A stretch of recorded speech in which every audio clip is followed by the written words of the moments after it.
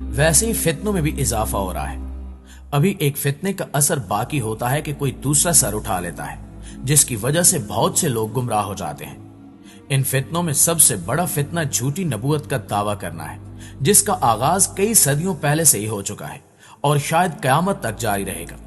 लेकिन ये बात हम सब मुसलमान जानते हैं कि नबूवत का दरवाजा बंद हो चुका है और हजरत मोहम्मद सल्लल्लाहु अलैहि वसल्लम हमारे आखिरी नबी हैं।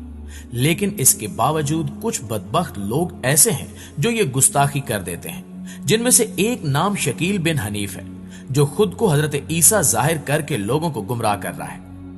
ऐसा ही एक शख्स अभी सामने आया है जो बिल्कुल गुमराह हो चुका है और इस शख्स को हजरत ईसा समझकर नबी भी मान चुका है। आज की वीडियो में हम इसी शख्स के बारे में गुफ्तगू करेंगे और जानेंगे कि ये कौन है, और साथ ही साथ ये भी जानेंगे कि शकील बिन हनीफ किस तरह लोगों को गुमराह कर रहा है।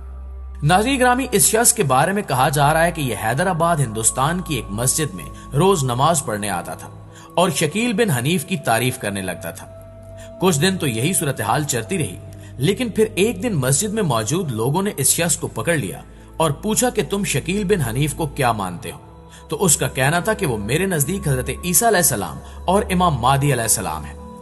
इसके अलावा जब उन लोगों ने उससे इस्लाम के मुताल्लिक कुछ बुनियादी चीजें पूछी तो उसे कुछ भी पता नहीं था, जिससे पता चलता था कि शकील बिन हनीफ कम पढ़े लिखे अफराद को गुमराह करने में कामयाब हो रहा है।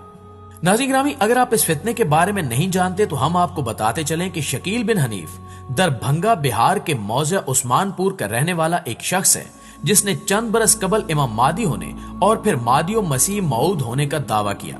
और इस तरह एक नई कादियानियत की बुनियाद डाल दी। इसने पहले दिल्ली के मुख्तलिफ महलों में अपनी महदवियत और मसीहत की तबलीग की, लेकिन हर जगह से इसे कुछ दिनों बाद हटना पड़ा। जैसा कि पहले मोहल्ले नबी करीम को इसने अपनी सरगर्मियों का मरकज बनाया और फिर लक्ष्मी नगर के दो मुख्तलिफ इलाकों में यके बाद दीगरे रहकर अपने मिशन को चलाया। इसने बिलखसूस उन सादालो नौजवानों को अपना निशाना बनाया जो दिल्ली के मुख्तलिफ तालीमी इदारों में तालीम हासिल करने के लिए आते थे, लेकिन जैसे ही लोगों को इसकी हरकतों की इत्तला होती वो इसके खिलाफ एक्शन लेते और इसे अपना ठिकाना तब्दील करना पड़ता। बिल आखिर इसे दिल्ली से हटने का फैसला करना पड़ा और इसने अपनी बूदोबाश महाराष्ट्र के जिला औरंगाबाद में इस तरह इख्तियार कर ली कि किसी ने इसके लिए एक पूरा इलाका खरीद कर एक नई बस्ती बना दी, जिसमें वो और इसके हवारी रहते हैं। याद रहे कि इस फितने में अच्छी खासी तादाद में लोग आ चुके हैं, लेकिन अल्हम्दुलिल्लाह हर जगह कुछ न कुछ लोगों ने इसके ताकुब की फिक्र भी शुरू कर दी है। इन लोगों का तरीकाकार यह है कि ये खुफिया तौर पर किसी ऐसे नौजवान से राब्ता करते हैं जो आम तौर पर किसी कॉलेज या यूनिवर्सिटी का ऐसा तालिब इल्म होता है जिसका किसी आलिम, दीनी जमात या दीनी तंजीम से कोई राब्ता ना हो। ये पहले उससे अपनी आम दीनी बातें करते हैं और चूंकि इस फितने के तमाम दाई अपना हुलिया ऐसा बनाए फिरते हैं कि इनको देखकर हर शख्स यही महसूस करे कि ये दीनदार नौजवान है।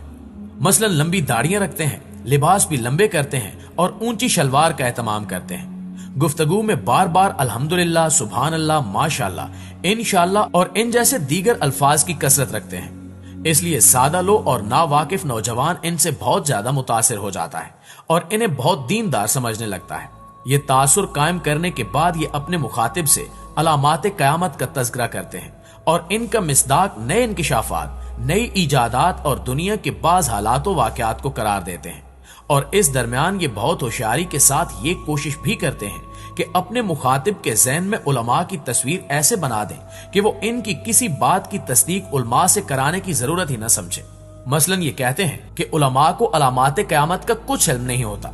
इसलिए कि उन्हें ज़माने तालिब इल्म में ये हदीसें पढ़ाई नहीं जाती।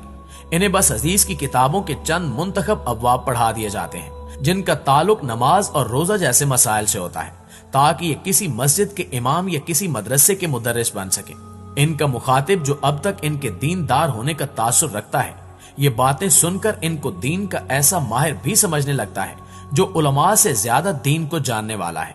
और अब इसका हाल ये होता है कि ये से जो बता दें वो इस पर यकीन कर ले। इसके बाद ये लोग इन्हें बावर कराते हैं कि दजाल की आमद हो चुकी है।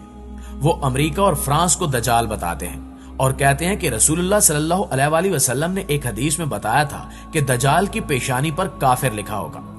इससे आपका इशारा यही दोनों ममालिक थे, इसलिए कि जब इन दोनों का नाम एक साथ लिखा जाए तो बीच में काफिर लिखा होता है।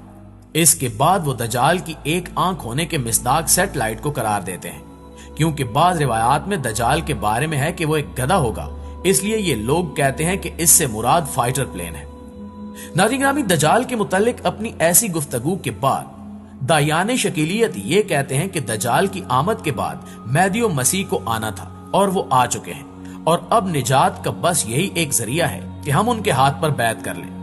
اگر مخاطب بہت سادہ لو ہوتا ہے اور یہ خواہش ظاہر کرتا ہے کہ مجھے بھی اس سفینہ نجات میں سوار ہونا ہے، تو اسے عام طور پر پہلے صوبائی امیر کے پاس بھیجا جاتا ہے۔ مثلا یوپی میں بنارس بھیج دیا جاتا ہے، جہاں بنارس ہندو یونیورسٹی میں زیر تعلیم ایک نوجوان سے اس کی ملاقات ہوتی ہے۔